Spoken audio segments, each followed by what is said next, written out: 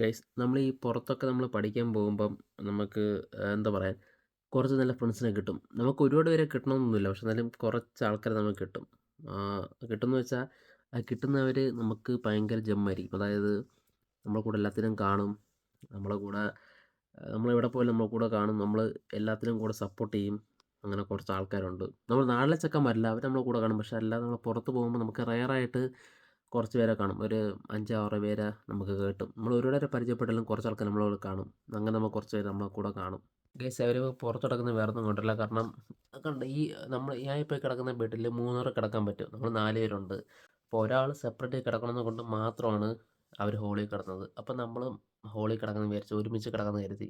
Guys ഒരു 4-5 മാസമായിട്ട് ഞാൻ ഇവരെ കൂടെ ഒരുമിച്ച് ഉണ്ടായിരുന്നുള്ളെങ്കിലും ഞാൻ സ്ഥലം മാറിയായിരുന്നു. ഞാൻ വേറത്തെ ഇപ്പോൾ സ്റ്റേ ചെയ്യുന്നത്. പക്ഷെ എന്നാലും ഇവരെനിപ്പോൾ ഡ്രോപ്പ് ചെയ്ത് വന്നതാണ്. പക്ഷെ എന്നാലും ചിലവരായിട്ട് നമ്മളൊരു ബോണ്ട് നമ്മൾ കീപ്പ് ചെയ്യും. സത്യം പറഞ്ഞാൽ അങ്ങനത്തെ ഫ്രണ്ട്സൊക്കെ നമുക്ക് റയറായിട്ട് കിട്ടാറുള്ളൂ ഗൈസ്. നമുക്ക് അങ്ങനെ കിട്ടണമെന്നില്ല. കാരണം നമുക്കൊരു 10, 70 മൈല് മാറി നമുക്കുള്ള വീടെടുക്കുമ്പോൾ നമ്മൾ ഡ്രോപ്പ് ചെയ്യാനായാലും നമ്മളെ കൂടെ ഒരുമിച്ച് സ്റ്റേ ചെയ്യാനായാലും നമുക്ക് 2 അടിച്ചിട്ട് ഒരുമിച്ചൊക്കെ നിൽക്കാനായാലും റെയറാണ് സംഭവം. നമുക്ക് അങ്ങനത്തെ ഫ്രണ്ട്സ് കിട്ടുമ്പം നമ്മൾ കൂടെ നിർത്താൻ മാക്സിമം നോക്കുക. ലൈഫിൽ എനിക്കങ്ങനെ ഒരുപാട് ഫ്രണ്ട്സൊന്നും ഇല്ലെങ്കിലും ഉണ്ട്. എനിക്ക് നാട്ടിലെനിക്ക് പയ്യന്മാരുണ്ട്.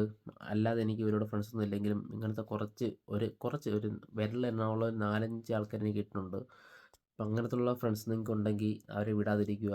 നമ്മൾ ആരിൽ നിന്നും എക്സ്പെക്റ്റ് ചെയ്യാൻ പാടില്ല. പക്ഷെ എന്നാലും എക്സ്പെക്റ്റ് ചെയ്യാതെ ചില സമയത്ത് നമ്മളെ ഹെൽപ്പ് ചെയ്യാൻ, ചില ക്രിട്ടിക്കൽ സിറ്റുവേഷൻ നമ്മളെ ഹെൽപ്പ് ചെയ്യാൻ ചില ആൾക്കാർ കാണും. അവരൊക്കെ നമ്മൾ കൂടെ ചേർത്ത് നിർത്തുക. അതേപോലെ തന്നെ നമുക്ക് പറ്റുവാണെങ്കിൽ ഇങ്ങനെ നിൽക്കുന്ന ഫ്രണ്ട്സിനെ നമ്മൾ തിരിച്ച് മാക്സിമം നമ്മൾ കൂടെ നിൽക്കാൻ നോക്കണം.